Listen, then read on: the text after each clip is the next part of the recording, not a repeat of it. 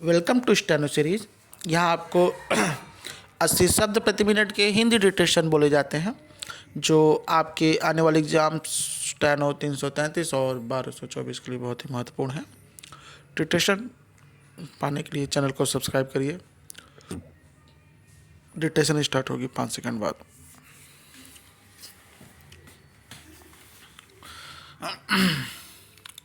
Start. शनिवार को America और इजराइल ने आखिरकार ईरान पर कहर बरपा कर दिया। ऑपरेशन एपिक फ्यूरी का शाब्दिक अनुवाद तो प्रचंड गुस्सा या प्रचंड प्रहार ही हो सकता है, मगर अर्थ कहर बरपा करना ही है। शनिवार सुबह ईरान की राजधानी तेहरान समेत अनगिनत ठिकानों पर हमले की खबर आई। मानवाधिकार संगठनों के मुताबिक ईरान के 31 में से 24 प्रांत हमले का निशाना बने हैं। सैकड़ों लोगों की मौत और घायल होने की खबरें शुरुआती अनुमान में ही आईं। अमेरिकी राष्ट्रपति ट्रंप ने ईरानी जनता का आह्वान भी किया कि वे अपनी सरकार को उखाड़ फेंकें और ईरान पर राज करें। बात इतनी सीधी और आसान भी नहीं है।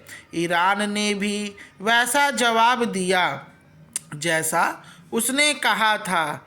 उसने पश्चिम एशिया के अनेक देशों में अमेरिकी ठिकानों पर जवाबी बमबारी कर दी। कतर, कुवैत, बहरीन और संयुक्त अरब अमीरात में अमेरिकी सैन्य ठिकानों के अलावा दुबई के आलिशान इलाके पाम में फेयरमोंट होटल पर भी बम बरसाए गए हैं।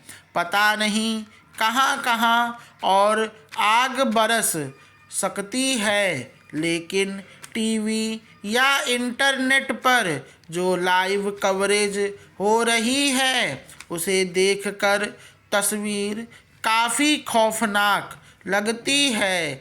चिंता सिर्फ इन इलाकों या वहाँ फंसे लोगों तक सीमित नहीं है। इस युद्ध का असर अब पूरी दुनिया पर पड़ना तय है। इसकी सबसे बड़ी वजह है कच्चा तेल। ईरान दुनिया में कच्चे तेल के सबसे बड़े उत्पादकों में से एक है।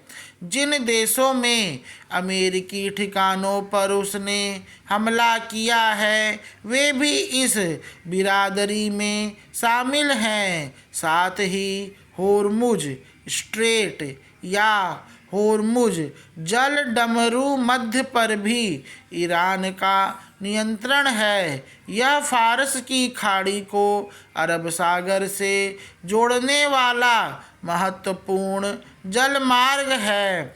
इसे दुनिया में तेल, गैस या ऊर्जा सप्लाई की जीवन रेखा कहा जाता है। दरअसल समुद्री रास्ते से दुनिया में जितना भी तेल और गैस ढोया जाता है उसका करीब 1/4 हिस्सा इसी रास्ते से गुजरता है। जाहिर है इस इलाके में युद्ध की आशंका से ही तेल के दाम उछलने लगते हैं।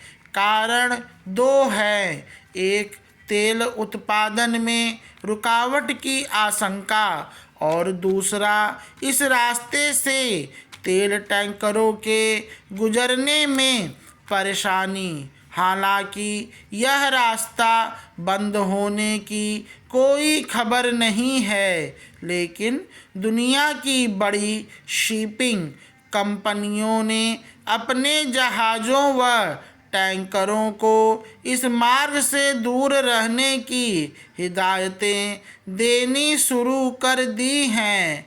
उधर कच्चे तेल के एक्सचेंज भी शनिवार और रविवार को बंद थे, पर शुक्रवार को ही ब्रेंट क्रूड का दाम उछलकर $72 के ऊपर चला गया।